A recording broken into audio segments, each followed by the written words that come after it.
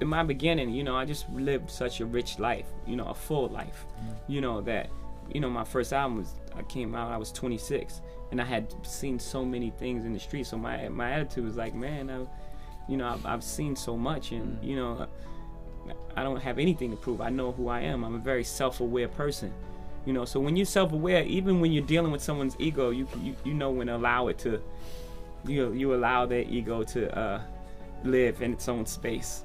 Problem is, when you engage that energy, that's when there's a problem. If you engage the ego with your ego, then it's like, okay, now something has to happen. It could keep escalating to a level that can be irreversible. But if you don't engage the ego, if you know how to manipulate or play around with the ego, and you give light back to darkness. Right. We all was raised in the same house, one household. So I was speaking to her the other day. I had a different speech prepared, and I just threw that away after I spoke to her. I asked her, I said, how much money did you make? And she made $20 a week.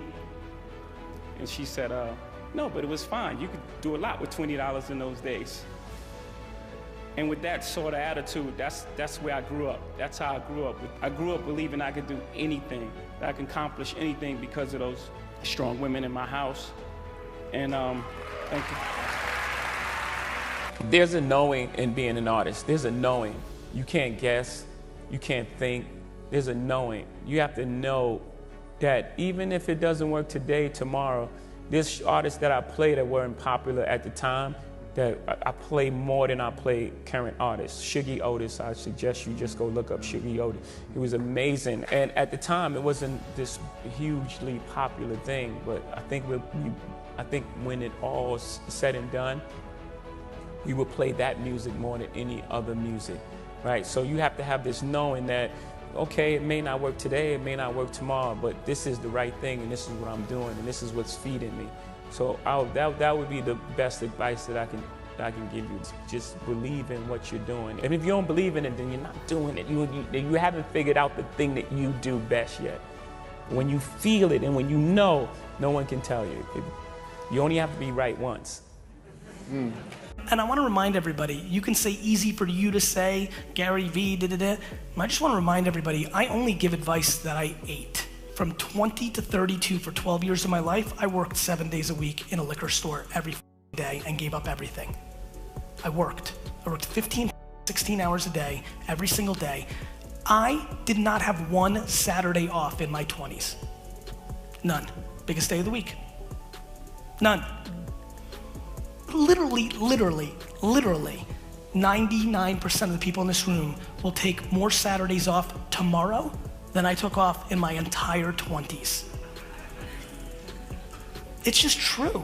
Like I just need people to know how it happens. I'm very fearful that you see me flying around with D-Rock and you think that's what happened.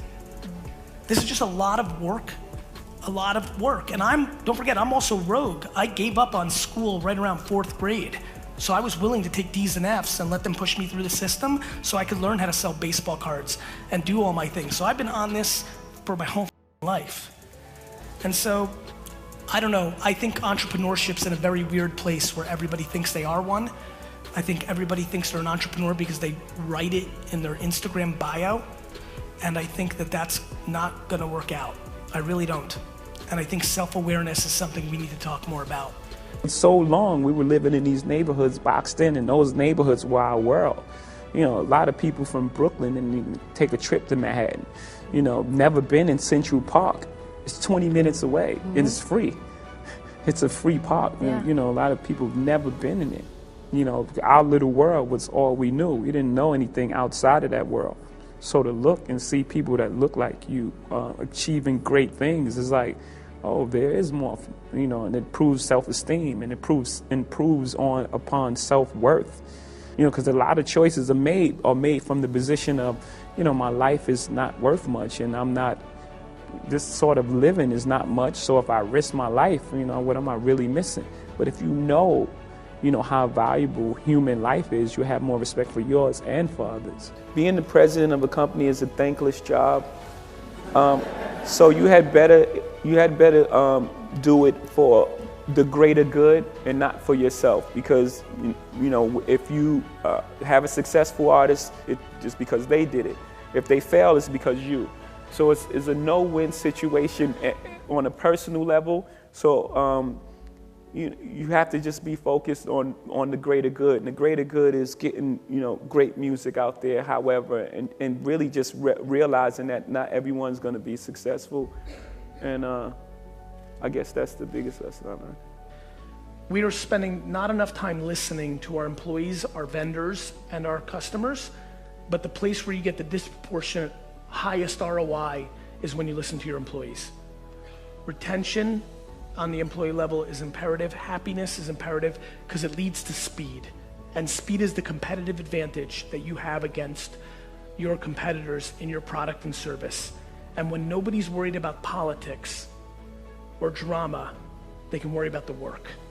And so I don't want to spend too much time on it based on the hands, but if you were managing people and you've not had a sit down with one of your employees in the last 6 months or a year to find out what they care about today, whether that's money, work-life balance, title, fame, and more importantly, if you have an employee that is actually seriously important to your business, which, oh, by the way, means if you have one employee and they're the only employee you have and it's you and them, and you do not have an understanding of what drives them, you need to have a 2.5-hour dinner and create that glue. Because one of the biggest things I see in businesses and entrepreneurs in failing is the over-reliance on an employee that leaves and then they have to start all over for 18 months or are completely crippled by it. I got up around 8, had some breakfast, ran a mile. It was really tough. I just came from Aspen. Yeah, I just wanted to touch it a little bit. I mean, everyone can't be like you, man.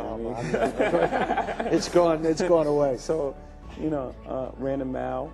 Then I went to the office, read a bunch of emails, read some more emails, downloaded some music legally. Had a meeting with some great people. I don't want to really say their name yet. After that, listened to some music, went to the studio, had dinner. Oh, went to the Nets game, we won. We're up 3-2. Thank you very much. Went to sleep. Good day, full day. Great day. We are crippled by other people's opinions. You're not posting because you want it to be perfect. Why do you want it to be perfect? Because you're insecure. You know why? Because it just ruins your day when Fat Pants 86 leaves a comment and says that you're stupid. Right? You're just super sad when you post something and you're used to getting 89 likes, but this one got 62. I have become outrageously fascinated by something over the last 2 years, which is the majority of people live their lives based on other people's opinions. Whether it's their parents, older sibling, or even worse, the current state, the anonymous person in their YouTube comments. That sucks. I feel honored to be in these situations that I could use my voice and do the things I do. It's an extension of my family. It's like the things that I do. I tell my family all the time. I tell my grandmother, my mom, they're proud. They're super proud and strong women, and they won't ask me for anything.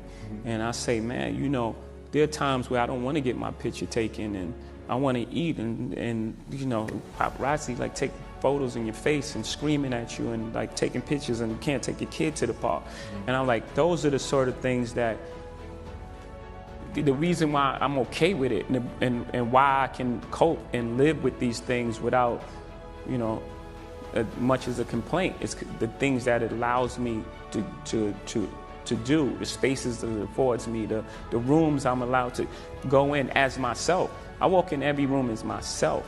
I don't walk in any room as anyone else. I'm not cowering. I'm not speaking soft. I'm not My voice doesn't change. It sounds exactly the same way. I'm walking as myself and proud, and I speak for us, and that gives me a joy. I'm honored to be in those rooms, and so yes.